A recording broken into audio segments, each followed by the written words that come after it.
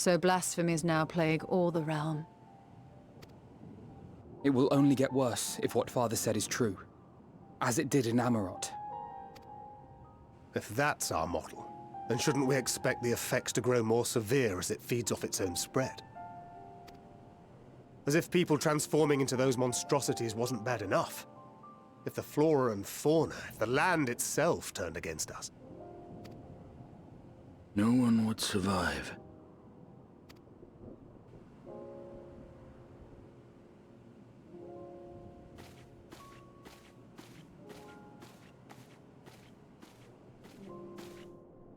Here's your order, friend.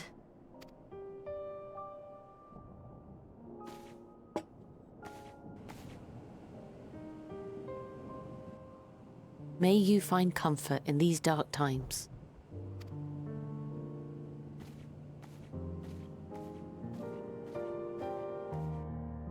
Where do we go from here? If there's one thing we've learned, fighting blindly and simply reacting to what comes will accomplish nothing. We must find a solution that addresses the fundamental cause. Before our strength is exhausted, before this crisis spirals out of control. Is there something, anything we've overlooked?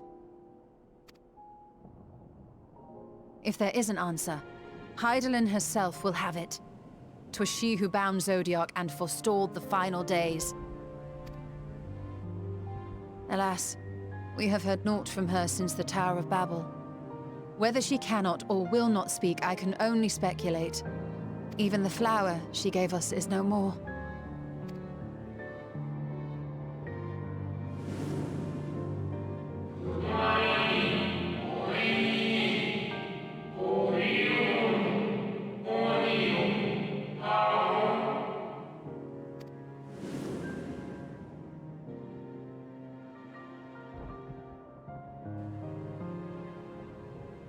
So advised the Watcher.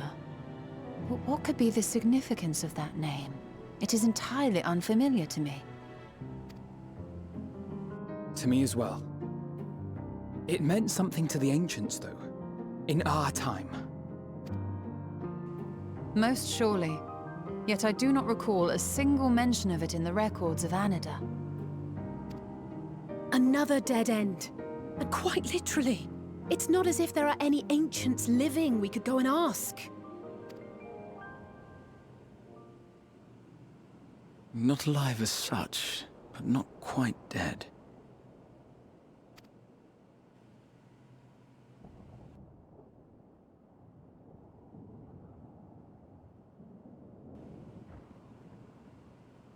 Elidibus.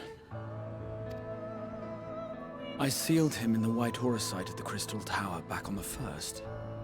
Contained within that reservoir of ether that maintains it, ether that is returned little by little to the sea. Naught may remain of his soul. However, if part of it lingers, we might be able to speak with him there. I know we can no longer make that journey, but you, my friend, still can.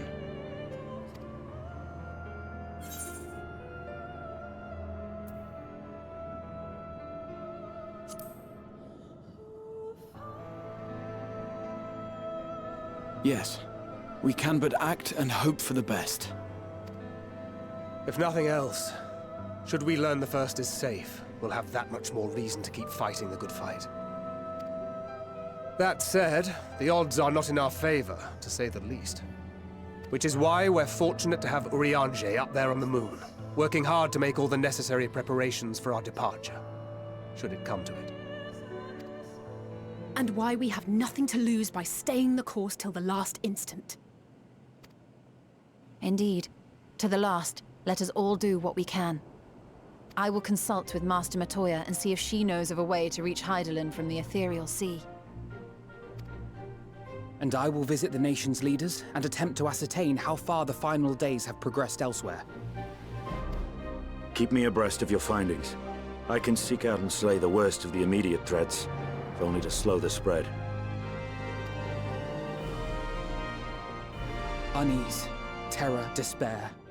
Try as we might to suppress them, these emotions will return to harry us time and time again. But when they do, remember this.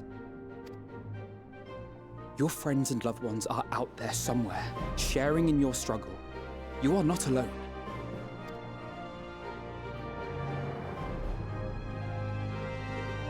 So ends the brief respite before the next revelation. Yes, so much left for you to see. Where beginning ends and end begins.